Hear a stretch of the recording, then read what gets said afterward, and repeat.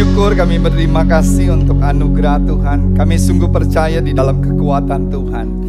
Karena kami lemah, kami terbatas dalam mengatasi segala sesuatu.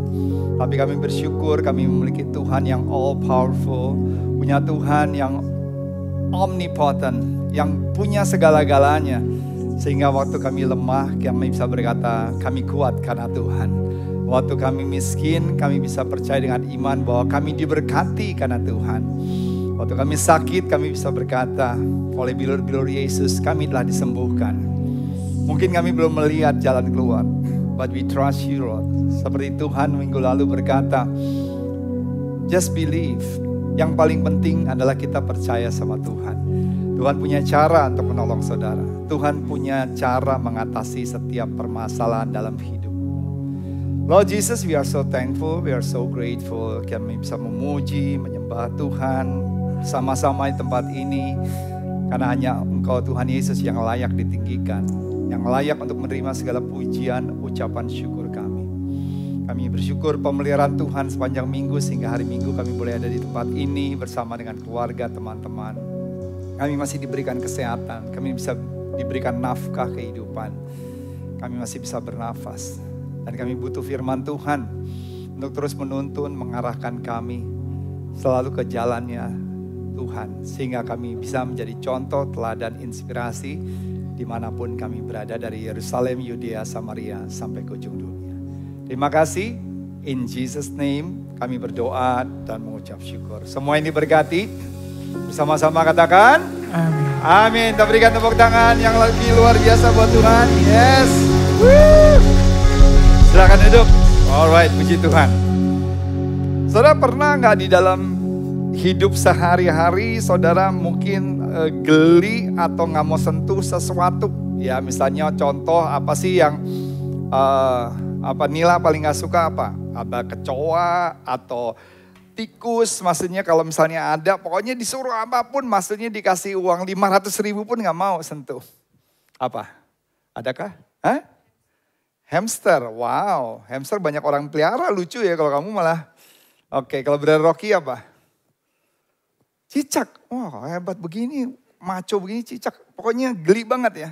Oke, ini ada sesuatu yang cukup menggelikan juga sih. Ini adalah slime gel, tapi udah dicampur sedikit ingus. Jadi ini tambahannya sedikit ya. Jadi sengaja ditaruh ingus. Sedikit udah diaduk bagian atasnya. Nah sekarang saya mau, Lola mau pegang? Oh enggak, bener? Nggak mau? Ada yang mau? Hah? Ada yang mau di sini? Hah? Mau pegang? Karena tahu mau dikasih duit 50.000 kan? Seperti biasa kan? Tahu, enggak, hari ini nggak pakai 50.000. Triknya nggak boleh diulang lagi gitu. Kalau enggak tetap sama. Oke, sekarang siapa yang mau pegang? Ada berani? Enggak? Santi, mau nggak? Berani nggak pegang? Oh Santi ular aja berani, nggak cocok kamu pakai ilustrasi buat kamu, oke? Nah saudara terkasih kalau ini sesuatu yang nggak nyaman dan nggak enak kalau saudara pegang, benar nggak? Ya nggak lu? Ya, lu berani nggak pegang ini? Ini ada ingus sedikit. Bukan kamu Lulu. Kalau kamu ya tahu semua kalajengkingnya kamu makan, gitu. Nah saudara terkasih. Di dalam kehidupan ada sesuatu yang the untouchable. Nanti kita akan belajar ini literally benar-benar the untouchable. Yaitu orang kusta. Yang pada zaman waktu itu bahkan nafasnya saja tidak boleh terhirup dalam jarak 2 meter. Karena kalau orang menghirup nafasnya, orang itu bisa ketularan. Pastornya tahu dari mana? Itu ada di Alkitab semua, nanti kita akan pelajari.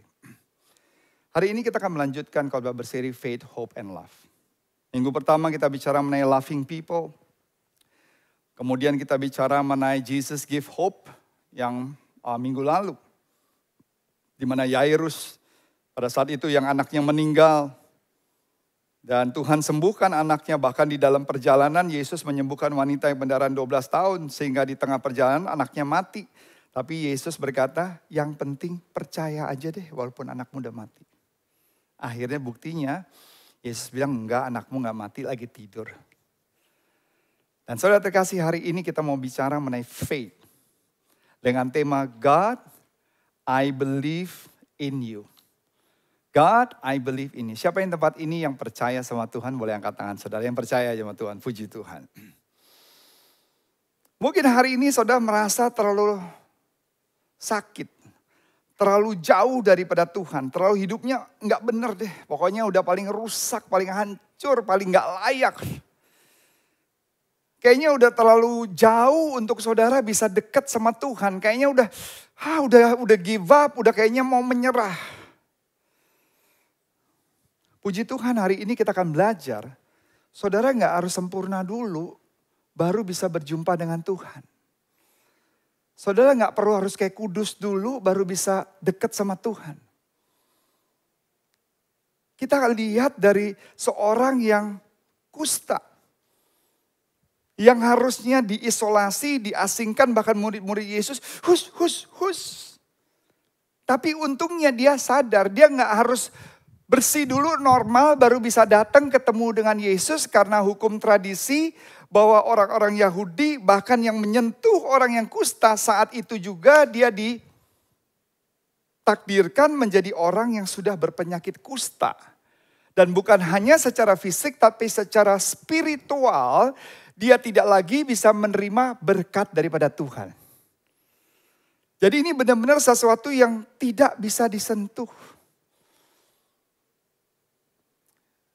Di sini kita bisa belajar bahwa kita tahu kita punya Tuhan yang the remarkable power of Jesus. Kita juga punya Tuhan Yesus. Hari ini kita belajar bukan hanya ke Tuhan yang dahsyat, tapi Tuhan yang bisa menyembuhkan setiap orang yang sakit, terutama orang yang sakit kusta di dalam cerita ini pada saat mereka menerima sentuhan Tuhan. Hari ini buka hati saudara dari beginning of this message. You have to long for the touch of Jesus. Saudara bisa minta, bilang Tuhan, jamah hidupku. In your heart. Karena ini yang akan membawa perubahan. Karena saya percaya Tuhan kasih ini. Untuk kita bisa benar-benar mengalami jamahan Tuhan. Di Amerika dulu saya nonton film seri yaitu The Untouchable. The Untouchable itu dari tahun 1920 sebenarnya ceritanya. Kalau saudara tahu yaitu mafia Al Capone pada saat waktu itu yang tidak bisa disentuh dengan hukum. Tapi ada yang namanya CIA agent atau FBI agent yang namanya Eliot Ness. Dia berhasil memporak-poranda sindikat mafia yang dipimpin oleh Al Capone. Sehingga mereka bisa diciduk, bisa dimasukin ke dalam penjara. Yaitu mafia sindikat yang tidak bisa tersentuh dengan hukum berpuluh-puluh tahun, generasi ke generasi. The untouchable, yang tidak bisa tersentuh. Hari ini kita mau belajar, yaitu orang kusta yang disebut the untouchable, yang tidak bisa tersentuh. Tapi saudara lihat, Yesus menumpangkan tangannya kepada orang yang menjijikkan, orang yang harusnya diisolasi. Tapi Yesus datang ke dunia menyelamatkan yang terhilang.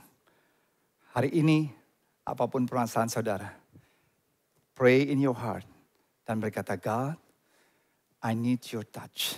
Saya nggak tahu buat keuangan saudara, buat kesembuhan, buat pemulihan, apapun. When you ask Jesus, waktu saudara minta dengan iman, saya percaya Tuhan menjamah saudara. Yang percaya katakan amin. Kita berikan tepuk tangan yang meriah buat Tuhan Yesus. Haleluya. Yuk kita lihat dalam Markus 1 ayat 35 sampai 45. Baca bersama-sama 1, 2, 3. Pagi-pagi benar waktu hari masih gelap, ia bangun dan pergi keluar. Ia pergi ke tempat yang sunyi dan berdoa di sana. Tetapi Simon dan kawan-kawannya menyusul dia. Waktu menemukan dia, mereka berkata, semua orang mencari engkau. Ya, sama-sama 38. Jawabnya, marilah kita pergi ke tempat lain, ke kota-kota yang berdekatan, supaya di sana juga aku memberitakan Injil, karena untuk itu aku telah datang. Lihat, Yesus datang untuk apa saudara? Memberitakan Injil. Ayat 39. Lalu pergilah ia ke seluruh Galilea dan memberitakan Injil dari dalam rumah-rumah ibadat mereka dan mengusir setan-setan. Ayat 40. Seorang yang sakit apa? Katakan sakit apa saudara? Kusta datang kepada Yesus sambil berlutut di hadapannya. Ia memohon bantuannya. Katanya apa? Kalau engkau mau, engkau dapat menyembuhkan aku, mentahirkan. Ayat 41. Maka tergeraklah hatinya oleh belas kasihan. Lalu ia mengulurkan tangannya. Terus kemudian apa saudara? Bukan dari jauh saudara. Menjamah orang itu dan berkata kepadanya apa? Aku mau, jadilah engkau tahir. Dan kemudian ayat 42. Seketika itu juga lenyaplah penyakit kusta orang itu. Dan ia menjadi tahir. Segera ia menyuruh orang itu pergi dengan peringatan keras. Ini menarik saudara.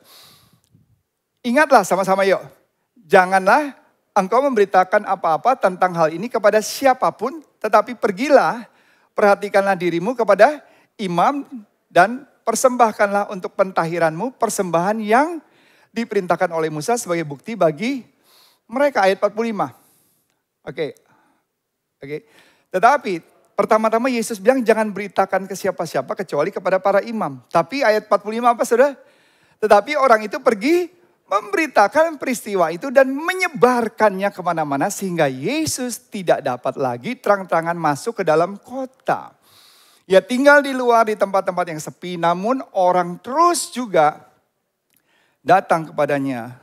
Kepada segala penjuru. Kita akan membahas semua perikop ini. Ada hal yang menarik tadi. Yesus bilang jangan kasih tahu kecuali kepada para imam atau pendetamu. Tapi orang itu malah menceritakan kepada semua orang. Ada hal yang menarik nanti kita akan bahas di bagian belakang. Kalau saudara pergi ke Stationery Hall di Amerika. Di Capitol Hall Building di Washington. Maka engkau akan melihat ada 50 negara bagian yang diwakili oleh patung-patung untuk setiap negara-negara bagian tersebut. Salah satunya adalah patung daripada seorang raja yang namanya Kamehameha.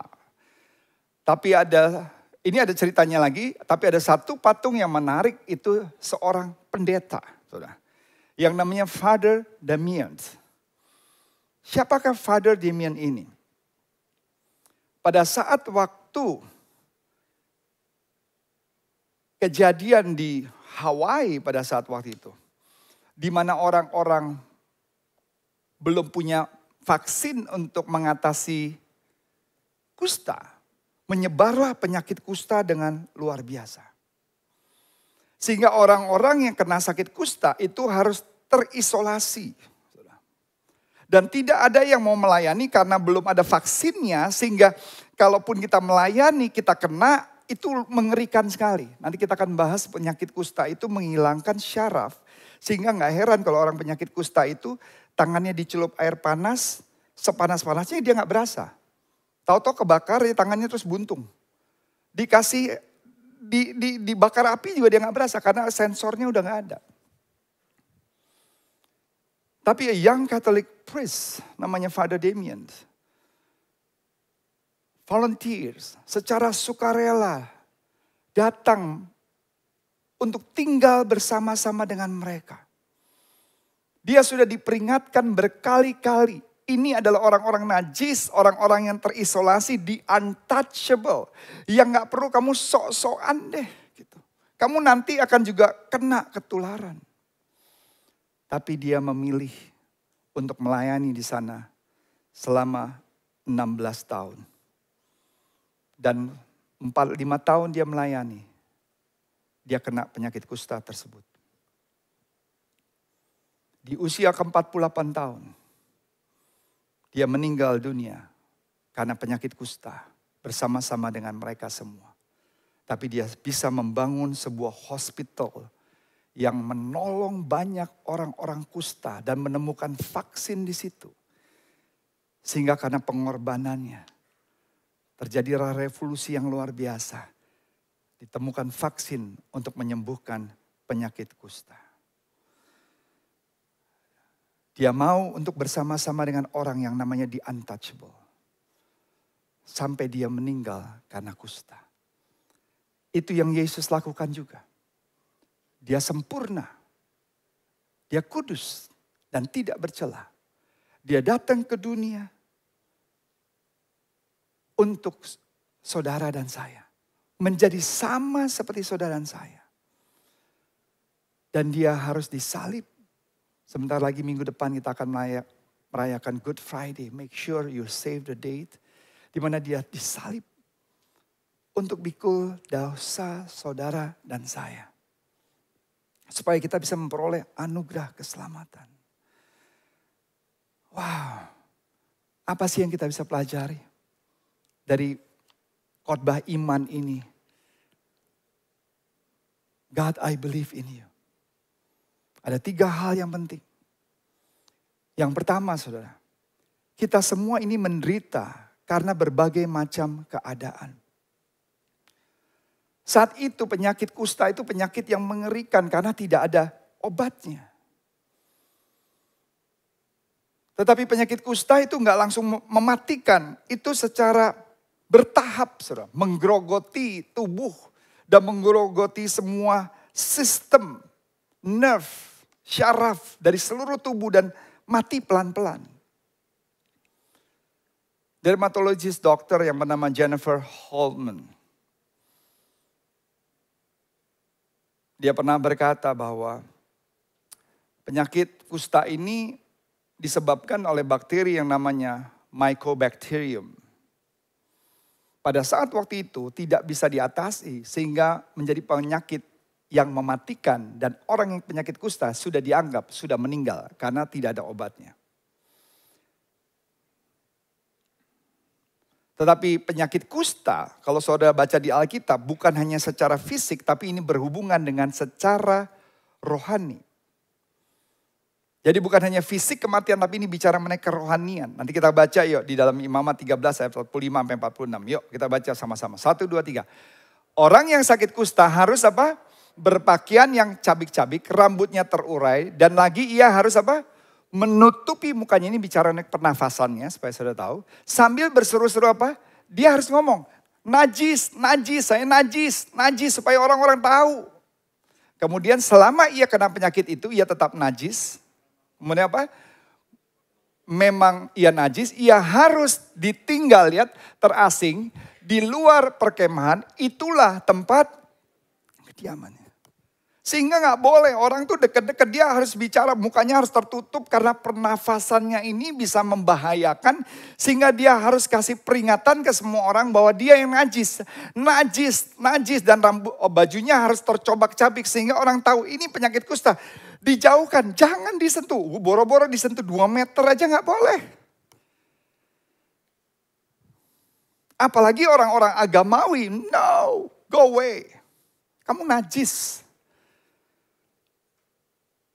Dan saudara terkasih, mungkin hari ini kita bersyukur, kita gak lagi dengar penyakit kusta. Karena sudah ada pengobatannya.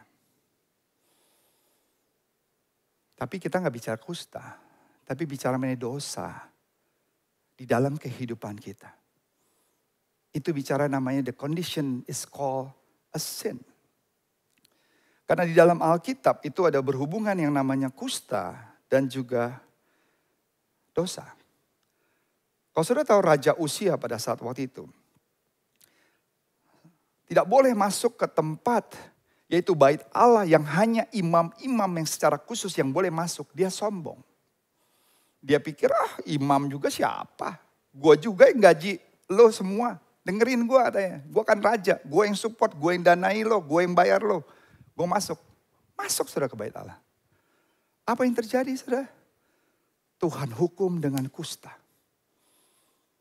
Nah hukuman kusta ini berhubungan dengan dosa.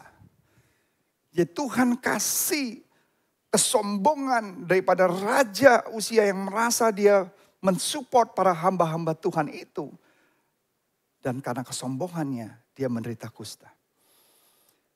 Dosa itu dimulai dari hal yang kecil dan bertumbuh. Kusta juga gak tiba-tiba, wah penyakit kusta dari ujung rambut sampai kaki, semua. Itu bertahap, saudara.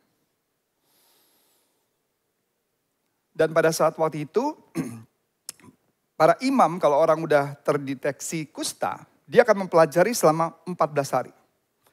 Selama 14 hari kemudian diputuskan bahwa orang ini sudah berpenyakit kusta, dia harus diisolasi, dia harus pakai baju kostum yang khusus yang terjobak-jabik, rambut terurai, dan kemanapun dia pergi dia harus berkata, najis, najis, najis, najis. Mukanya harus tertutup rapat. Karena udara, bukan udara, apa sih dari mulut? Hah? Joker? Ya droplet, terus pokoknya Hawaii keluar dari mulut itu membawa bakteri, menyebar gitu, kayak virus COVID gitu, menyebar. Jadi dia harus tutup pakai masker gitu, istilahnya kalau sekarang kerennya.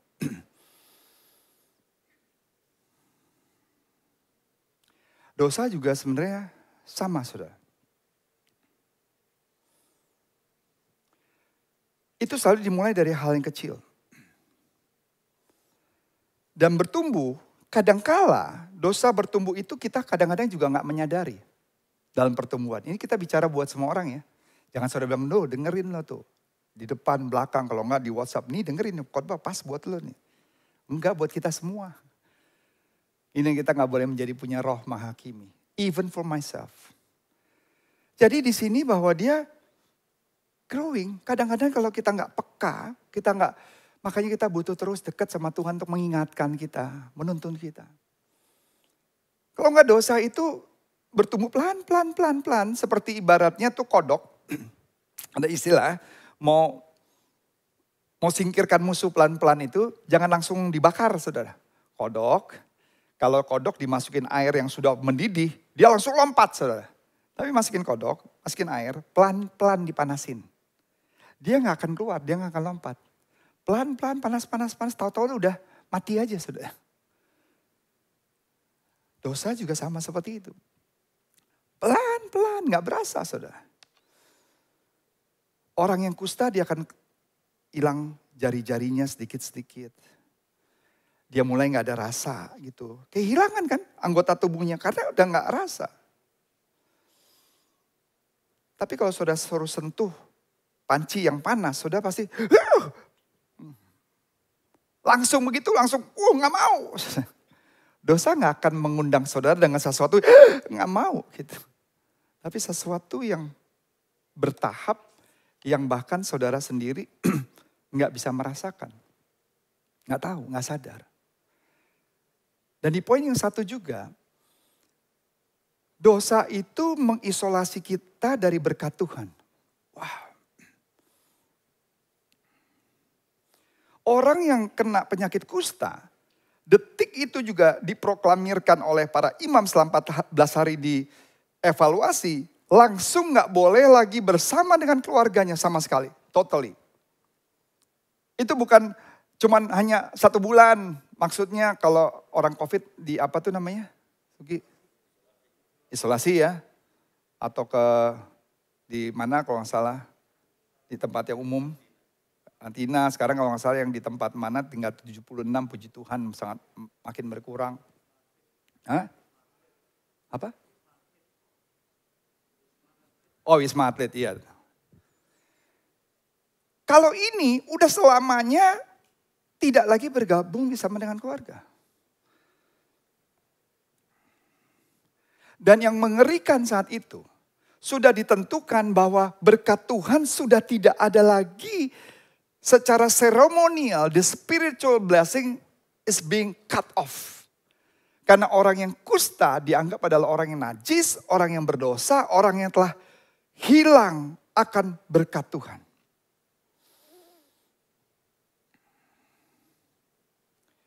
Mereka lagi tidak punya rasa sakit. Mereka tidak lagi punya teman. Mereka hidup sendirian, terisolasi, tidak lagi punya pengharapan. Sangat mengerikan.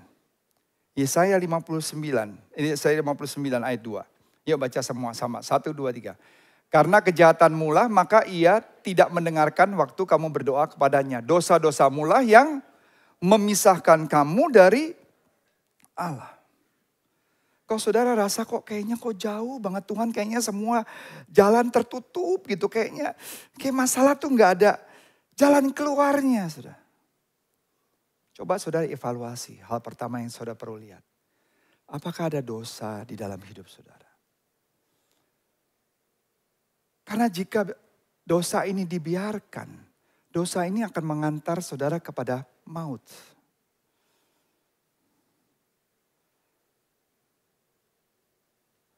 Doa yang didoakan untuk orang-orang yang kusta saat waktu itu. Bukan doa kesembuhan, gak ada. Saudara baca di Alkitab, gak ada. Doa persiapan untuk kematian.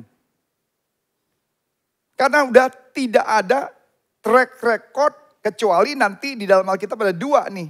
Karena saya gak mau mendahului di mana Yesus menyembuhkan dan kemudian ada 10 orang kusta lagi yang disembuhkan di Perjanjian Baru. Tapi di luar itu selain yang Yesus lakukan gak ada. Sehingga mereka berdoa untuk persiapan kematian.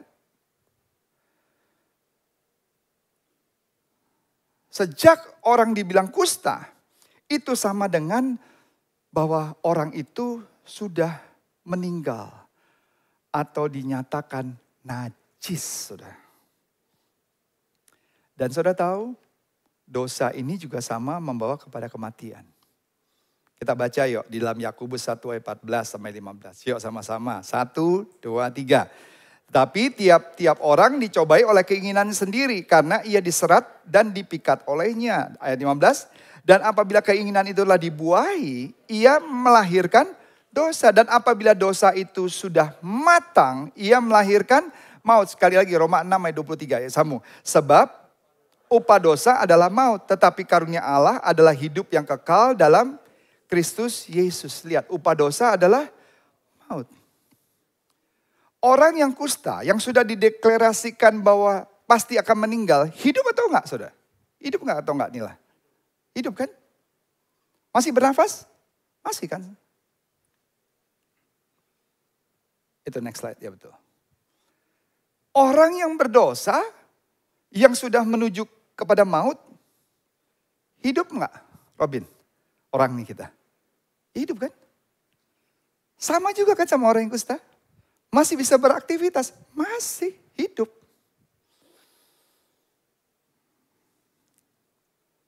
Tetap makan, tetap aktivitas seperti biasa. Efesus 2 ayat 1, yuk baca. 1, 2, 3. Kamu dahulu sudah mati karena pelanggaran-pelanggaran dan dosa-dosamu. Ini Paulus mengkonfirmasikan kepada jemaat Efesus pada saat waktu itu. Bahwa kita sebenarnya sudah mati karena dosa. Jadi kematian next slide itu buat orang-orang yang kusta itu bukan hanya yang mengerikan secara jasmani, saudara. Boleh keluarin ke next slide, Ren. Tapi sebagai penyakit kusta yang penderitaan yang paling luar biasa adalah kejiwa mereka dan kehidupan kerohanian mereka. Dan juga sama dengan hidup kita. Bukan hanya penyakit jasmani bisa disembuhkan. Tapi dosa yang membawa kepada maut. Ini yang membawa kepada kematian secara rohani. Artinya kita mau setiap kita hari ini di poin yang pertama. Kita semua menderita dengan berbagai macam keadaan. Dosa yang gak tiba-tiba besar. Itu bertahap sudah. Bahkan kadang-kadang kita tidak menyadari. Tapi hari ini kita bisa berkata, Tuhan, selidikilah aku. Aku mau bertumbuh, aku gak sempurna. Aku butuh tuntunan Tuhan. Aku butuh komunitas yang bisa menuntun kami. Untuk kami bisa sekalipun jatuh bangun. Kami terus digandeng, kami terus dituntun. Kami bukan diinjak, bukan ditendang, bukan diomongin, bukan dihakimi. Tapi dikasihi. The home of love. Curahkan kasih. Karena saya selalu percaya. Iman, pengharapan, dan kasih. Tapi kasih di atas segala-galanya. Love conquers all. Kita berikan tepuk tangan yang meriah buat Tuhan Yesus. Haleluya. By the way, saya pakai jaket yang didesain oleh anaknya Lulu. Vanessa ada? Di mana Vanessa? Duduknya. Di mana Vanessa ya? Nggak pakai masker nggak? Oke, bisa ya. Ini dia yang gambar yang painting di bawah. Gitu, jadi hari ini kita mau doakan dia mau berangkat ke Jepang tanggal 12 ya untuk sekolah university di sana, untuk sekolah graphic illustrator atau pokoknya something about drawing ya di Jepang. So thankful, dan setiap kali saya memakai ini ya, mengingatkan saya untuk love without labels, mengasihi dengan latar belakang yang berbeda-beda. Nanti kita akan belajar lagi. Yang kedua, satu-satunya harapan kalau kita tahu bahwa, dengarkan baik-baik, bahwa dosa membawa kepada maut. Penyakit yang kusta ini, yang sudah terisolasi, yang sudah dideklarasikan menjadi orang yang sudah tunggu tanggalnya meninggal. Bahkan orang-orang yang berdoa, gak ada satupun yang berdoa, Tuhan sembuhkan, Tuhan enggak. Tapi persiapkan, kuatkan hatinya di luar keluarga. Mereka udah gak bisa bersama dengan keluarga. Pokoknya didoakan persiapan untuk kematian. Ada hope. Terus kalau kita seperti itu, dalam hidup gimana? Yang kedua ini penting. Yang kedua adalah satu-satunya harapan kita adalah mencari Yesus untuk kesembuhan. Enggak ada yang bilang amin, saudara. Ini penting, amin. Orang yang penyakit kusta ini melakukan sesuatu yang buat saya luar biasa. Dia tahu Yesus datang. Dia gak peduli, saudara. Dia gak menyerah. Dia nggak, ya udahlah saya akan mati. Tapi waktu dia tahu ada Yesus, dia datang berseru pada Yesus. Karena dia nggak menyerah, dia punya pengharapan. Dia tahu satu-satunya yang bisa melakukan mujizat. Only Jesus. Manusia boleh memvonis apapun, tapi Tuhan di atas segala-galanya. Wow, kita berikan tepuk tangan yang meriah buat Tuhan Yesus. Lebih meriah lagi buat Yesus, haleluya. Itu boleh dikeluarkan, next slide. He found himself in a hopeless and helpless condition, yet he didn't give up hope. Ini penting, saudara. Dokter boleh memvonis apapun, keuangan saudara, bahkan orang yang saudara cintai mungkin gak percaya lagi sama saudara. Tapi jangan pernah menyerah sedetik pun. Jangan pernah putus asa. Never lose hope, saudara. Kita belajar dari orang kusta ini, yang poin kedua ini, ada beberapa hal, saudara. Penderita kusta ini mengajarkan kepada kita. Pertama, kita harus mendekati Yesus dengan kerendahan hati, bukan dengan sombong. Bukan masih dengan mentang-mentang, you punya apa, status punya apa, mobil apa, segala punya investasi apa, punya kehebatan nama, segala pamor datang kepada Yesus, tantang pententeng, rasanya you can buy everything in life. Mungkin di dunia saudara bisa seperti itu. Because money is power. Power is everything. But when you come to Jesus, gak ada tuh kayak gitu-gitu. Datang dengan hancur hati. Fall on your face before Jesus. Maka itu datang menyembah Tuhan. Kenapa saya ajarkan? Saya bangga, bersyukur banget. Ibadah sebelum 10.30 udah hampir 90% full. Dan itu lama-lama kan menjadi habit buat saudara. Nggak perlu lagi diingatkan lagi plus 10 pintu tertutup. Enggak, ini part of discipline. Supaya apa? Saudara bisa menghargai Tuhan. Saudara kalau diundang Pak Jokowi, gak usah Jokowi lah, menteri aja yang bisa memberikan saudara order sesuatu. Saudara 2 jam sebelumnya saudara bisa nongkrong di kafe sebelah. Supaya saudara gak terlambat. Kalau enggak saudara kehilangan order. Nah, Tuhan loh Yesus. Saudara tahu yang memberikan kehidupan. Karena itu kenapa saya encourage supaya kita datang before time. Kita menyembah Tuhan sama-sama. Bukan saya yang diberkati kok. Bukan saya, pastornya datang langsung ke depan, gak tahu di belakang siapa yang datang atau enggak. Tapi saya percaya waktu saudara meninggikan, menomorsatukan Tuhan. Matius 6 ayat 33, carilah dahulu kerajaan Allah beserta kebenaran. Semuanya Tuhan tambahkan dalam hidup saudara. Yang setuju katakan amin. Oh, kita berikan tepuk tangan yang meriah buat Tuhan Yesus, haleluya. 1 Petrus 5 ayat 5, yuk baca sama-sama. 1, 2, 3. Allah menentang orang yang congkak, tetapi mengasihi orang yang rendah hati. Saya percaya banyak orang-orang dunia ini banyak yang tidak mendapatkan jawaban Tuhan karena salah satunya mereka merasa terlalu sombong. Mereka merasa bahwa nggak butuh juga, gereja juga ya apa sih gereja ya kalau bisa ada waktu. Saya datang gitu, kalau nggak harus diingatkan gitu. No, jangan dong saudara. Itu satu keangkuhan saudara. Merasa I'm smart, I'm legit, I know everything.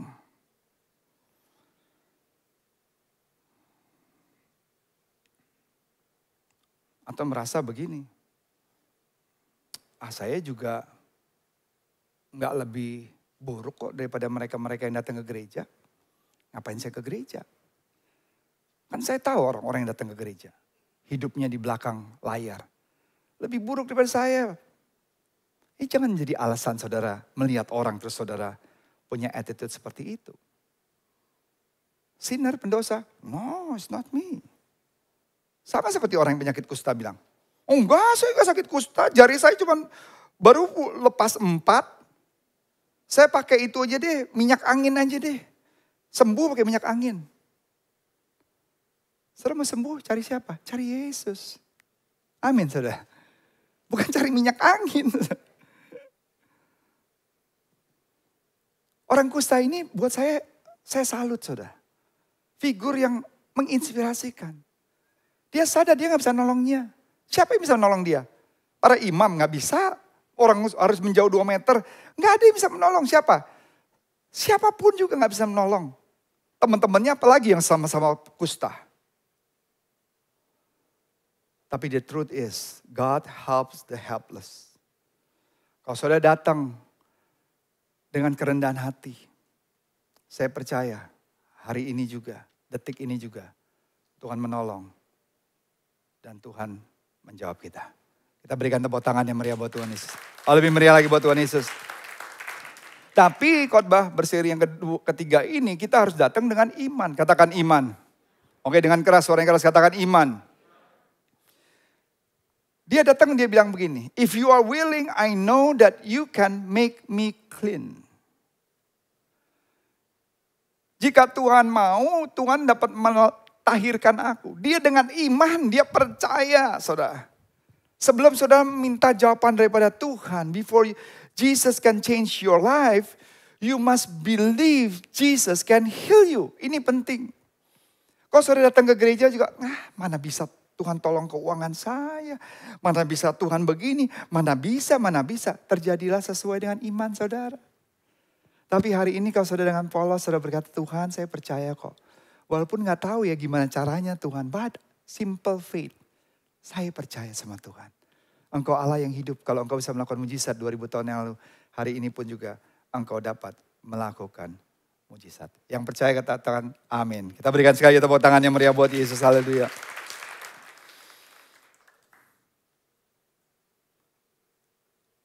Ada pelajaran yang menarik di sini. Dia bilang jikalau engkau mau. Kadang-kadang kan kita suka bilang, jangan ngomong jikalau. Kadang-kadang pastornya juga suka bilang gitu. Harus dengan iman, percaya, jangan jikalau. Tapi kan orang ini yang terakhir sopan sudah. Jikalau Tuhan mau katanya. If you are willing. Wow. Kenapa? Kalau enggak ayatnya akan berubah. Kalau enggak akan begini ayatnya. Ayatnya akan bilang, Tuhan saya tahu kamu akan sembuhkan saya. Period. Amin. Thank you Lord. Akan begitu. Tapi dia sopan. Tapi dia beriman. Karena bukan kehendak kita yang jadi artinya. Tapi kehendak Tuhan yang jadi. Itu attitude yang benar. Artinya Tuhan, kalau Tuhan mau sembuhkan, sembuhkan. Kalau tidak, Tuhan punya rencana, apa saya nggak tahu. Tapi berikan saya kekuatan untuk menjalankan semua itu. Supaya dalam proses aku tetap bisa memuliakan Tuhan, gak menggerutu, gak bersungut-sungut. Tapi bisa berkata, apapun yang terjadi dalam hidupku, aku punya Tuhan yang baik. Amin. Kita berikan tepuk tangan yang meriah. Oh lebih meriah lagi buat Yesus, haleluya. Yang terakhir, saudara diberkati amin. Yang pertama kita semua menderita karena berbagai macam keadaan. 2, satu-satunya harapan kita adalah mencari Yesus untuk kesembuhan. Yang ketiga, sentuhan Yesus mengubah hidup kita untuk apa sudah? selama-lamanya. Ini amazing. Yesus berkata 3 hal kepada orang yang kusta. Dan 3 hal ini yang Tuhan mau sampaikan kepada kita semua. Catat ini yang terakhir, saudara. This is the good point. Pertama, Yesus menunjukkan belas kasihan kepada mereka yang mencari Dia.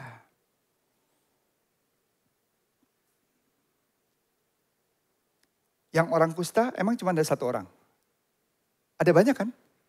Semua yang kusta itu mungkin lebih daripada 1000-an, saudara. Tapi yang datang pada Yesus 1. Kalau sudah lihat di perjalanan berikutnya, ada 10 orang datang yang kusta. Ingat, disembuhkan Yesus, yang balik kepada Yesus berapa orang? 1. Cuman 2 kejadian itu aja, kalau sudah cek di Alkitab. Tuhan mau semua orang diselamatkan. Amin. Tetapi Tuhan mau, next slide, kita datang kepada Tuhan dengan compassion.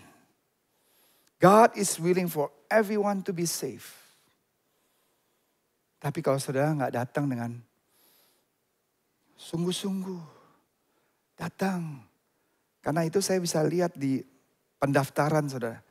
Orang-orang yang passionate for next Sunday. Apalagi nanti Good Friday sama Easter, Jumat seminggu di waktu yang sama.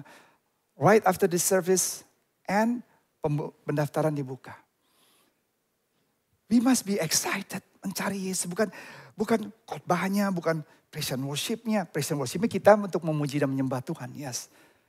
By the way, nanti Good Friday will be an awesome celebration. Ada teman-teman akan membawa kita masuk dalam worship. Karina kemarin yang lain-lain itu, dan they come back again to lead us in amazing worship. 2 Petrus 3 ayat 8 berkata demikian. Di bagian B terakhir, sebab ia tidak mau seorang pun binasa.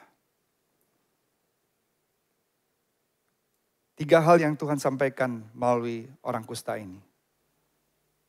Tuhan menunjukkan belas kasihan kepada mereka yang mencari Dia. Hari ini kalau sudah mencari wajah Tuhan, Tuhan akan curahkan belas kasihan-Nya. Kedua, Tuhan akan menjawab kebutuhan kita. Setiap kita punya kebutuhan. Siapa yang mau kebutuhan kita, yang mau saja dijawab Tuhan. You may raise your hand, boleh angkat tangan kanan saudara. Puji Tuhan, engkau melihat Tuhan. Tangan-tangan yang terangkat. Di ayat ke-13 dikatakan, Jesus reached out his hand and touched him. Saya bilang dari awal, doa di dalam hati saudara. Saya percaya Tuhan ada di tempat ini. He's willing to touch you. Tuhan mau menjamah saudara. Tuhan mau menjawab kebutuhan saudara. Bukan saya, Jesus. Kan semua tergantung saudara percaya atau enggak, musik boleh mengiringi. Yesus itu enggak boleh menyentuh orang yang kusta. Bahkan orang yang kusta itu semuanya harus pakai tutup muka kan. Bajunya tercobak-cabik kayak peser itu, robek-robek gitu. Pakai. Najis, saya najis, rambut terurai. 2 meter. Dia gak boleh. Karena nafasnya membawa kuman-kuman. Saudara bisa bayangkan. Coba Sugi boleh maju ke depan. Sugi jadi Tuhan Yesusnya. Saya menjadi orang yang sakit kusta. Robin boleh dampingin. Robin sama Welly sama Adrian. Cuman ngerame-ramein aja. Ini murid-muridnya Yesus. Murid-murid Yesus ngedampingin Yesus, saya sakit kusta. Bayangin gini ya. Saya datang. Minta tolong. Yesus bilang, mana engkau mau? Sembuhkan aku. Yesus menumpang tangannya. Ya di kepala juga boleh. Di kepala gak apa-apa? Iya. Iya gak apa-apa. Sopan tuh dia, maaf ya. Saudara tahu? Murid-muridnya kaget. What? Istilahnya, Jesus tarik. Ini orang kusta. Thank you. Ini orang kusta. Gak Nggak boleh dijamah, deket 2 meter aja. Nafasnya itu bisa membuat kamu dideklarasikan juga najis. Wow, I'm touched. This is the love of Jesus. Nggak ada yang mau sentuh orang ini. Orang ini udah lama nggak disentuh, nggak dipeluk, nggak merasakan belas kasihan. The true love. It's only Jesus yang punya that kind of compassion. Who are the untouchable in this culture? Siapa sih orang-orang yang bisa sentuh? Adalah orang yang berdosa. Mau dia penzina, mau dia pengkhianat, apapun.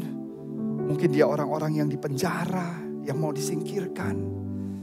Mungkin orang sakit jiwa, mental illness. Mungkin dia gay, lesbian, transgenders. Yang kayaknya geli, pergi sana. Jijik sana. No. This week aja saya ada janjian. Satu sama gay, satu lagi sama lesbian. Itu di beda tempat. My meetings with them. I love them. Saya nggak seperti Yesus. Tapi I love people. Walaupun saya masih jauh daripada sempurna, enggak. Tapi I keep asking God, the home of love, love without labels. Tuhan perbesar kapasitas hati kami semua. Not me, but every one of you. That we can shower everyone with God's grace, God's love. If you will cry out to Jesus, He will hold you in His arms of love and embrace you with His grace. Mungkin saudara berkata, oh Pastor Ed, I'm too sick, I'm too vile, too sinful, saya terlalu berdosa. Terlalu jauh Tuhan bisa menolong saya.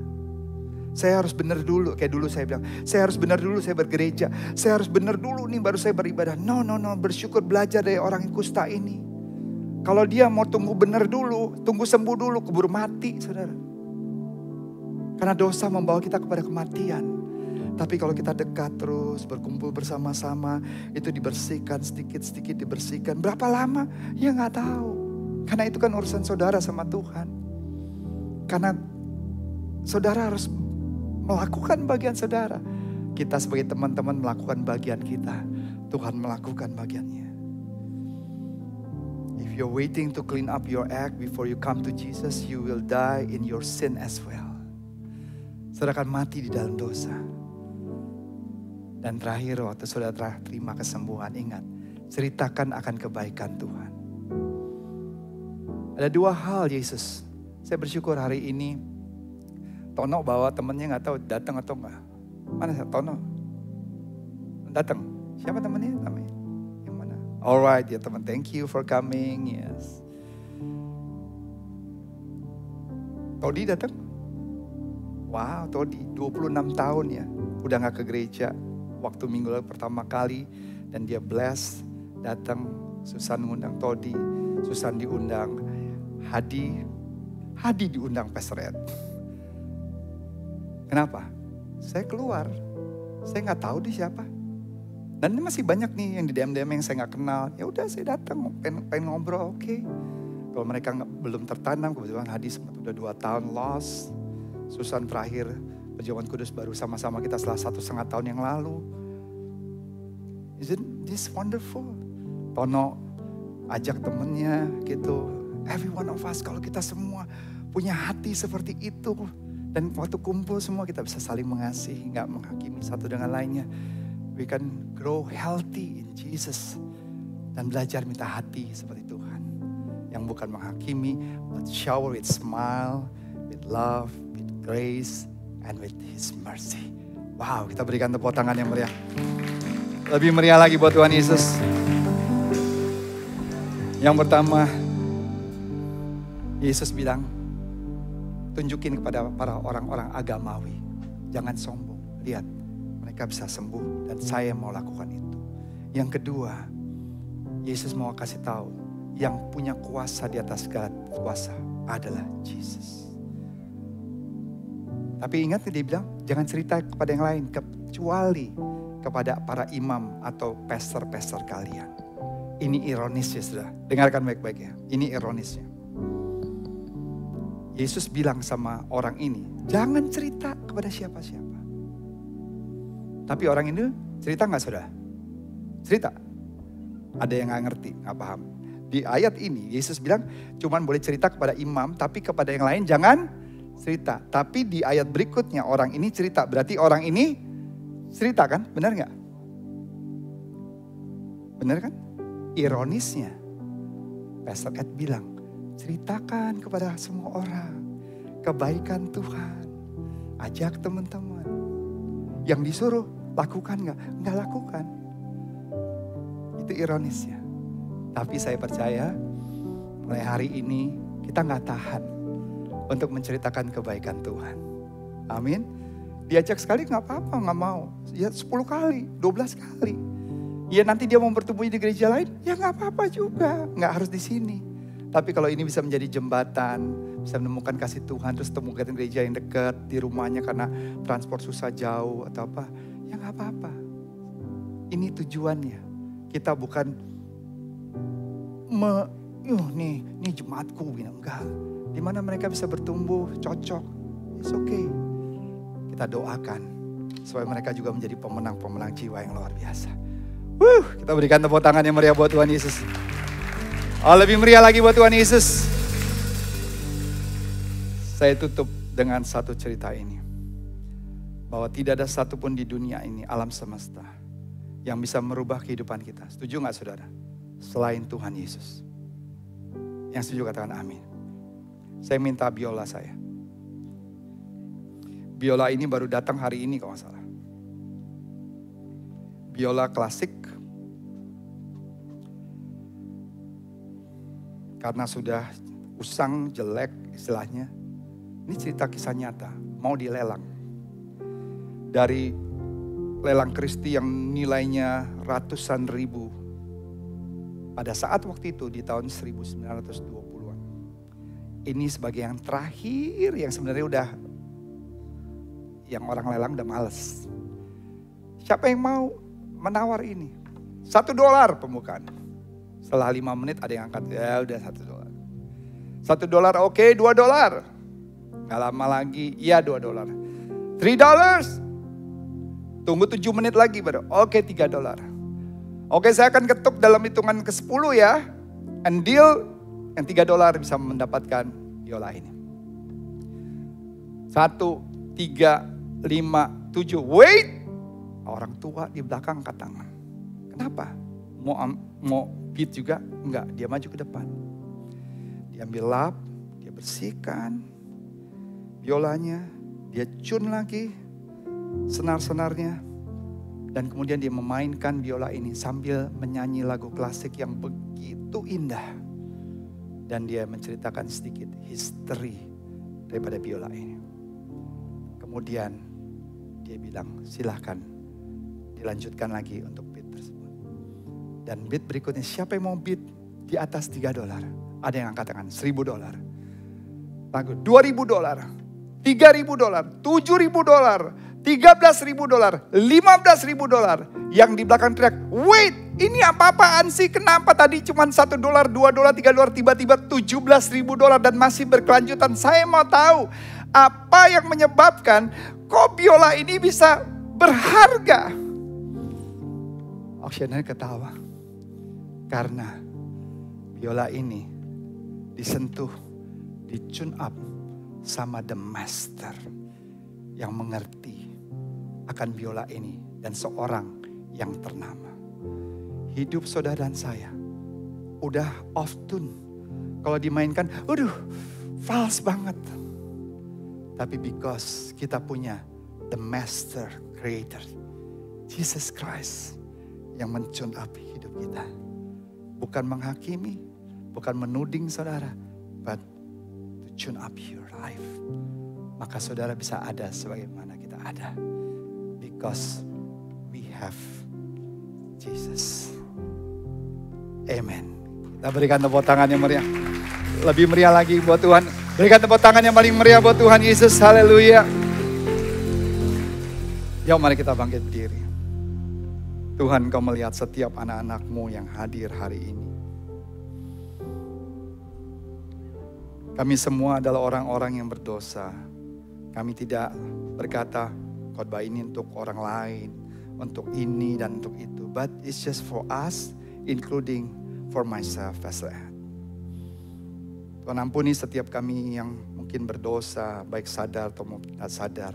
Berdoa supaya Roh Kudus Tuhan tuntun kami. Supaya kami punya komunitas yang boleh saling mengingatkan, saling membangun pada saat kami jatuh, tergeletak. Dan Tuhan terus gandeng tangan kami. Kami akan selalu mencari Tuhan sebagai sumber pengharapan dalam kehidupan kami. Kesembuhan baik rohani, keuangan, keluarga, apapun juga penyakit yang engkau sedang hadapi saat ini. Mari datang dengan kerendahan hati. Datang dengan iman. Seperti orang yang kusta ini. Bukan dengan kesombongan, dengan keangkuhan. Mentang-mentang sudah punya ini, itu. Tapi datang sungguh-sungguh setiap hari Minggu tanpa harus disuruh, tanpa harus diingatkan. Tapi excited to come to the house of the Lord. Karena di tempat ini kita disiram dengan kebenaran firman Tuhan. Kita bisa memuji, menyembah Tuhan. Dan Tuhan akan menjawab apa yang kebutuhan saudara. Kalau saudara sungguh-sungguh mencari Dia. Dan setelah itu, kabarkan kabar sukacita itu. Penuhi tempat ini dengan mereka-mereka yang tersesat.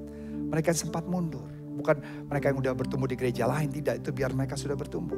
Tapi mereka yang masih butuh Tuhan. They need Jesus above all. Terima kasih Tuhan. God, I believe in you. Apapun permasalahan saudara, kebutuhan saudara, hamba-Mu berdoa di dalam nama Tuhan Yesus Kristus. Hari ini Tuhan jawab, Tuhan jamah, touch them. Jamah kematian keuangan, jamah kematian dalam bisnis mereka. Tuhan bangkitkan mereka. Dan percaya bersama dengan Tuhan, kami akan sukses, berhasil, dan dipulihkan. Di dalam nama Tuhan Yesus kami berdoa dan mengucap syukur. Yang diberkati, sama-sama katakan, amin. Kita berikan tepuk tangan.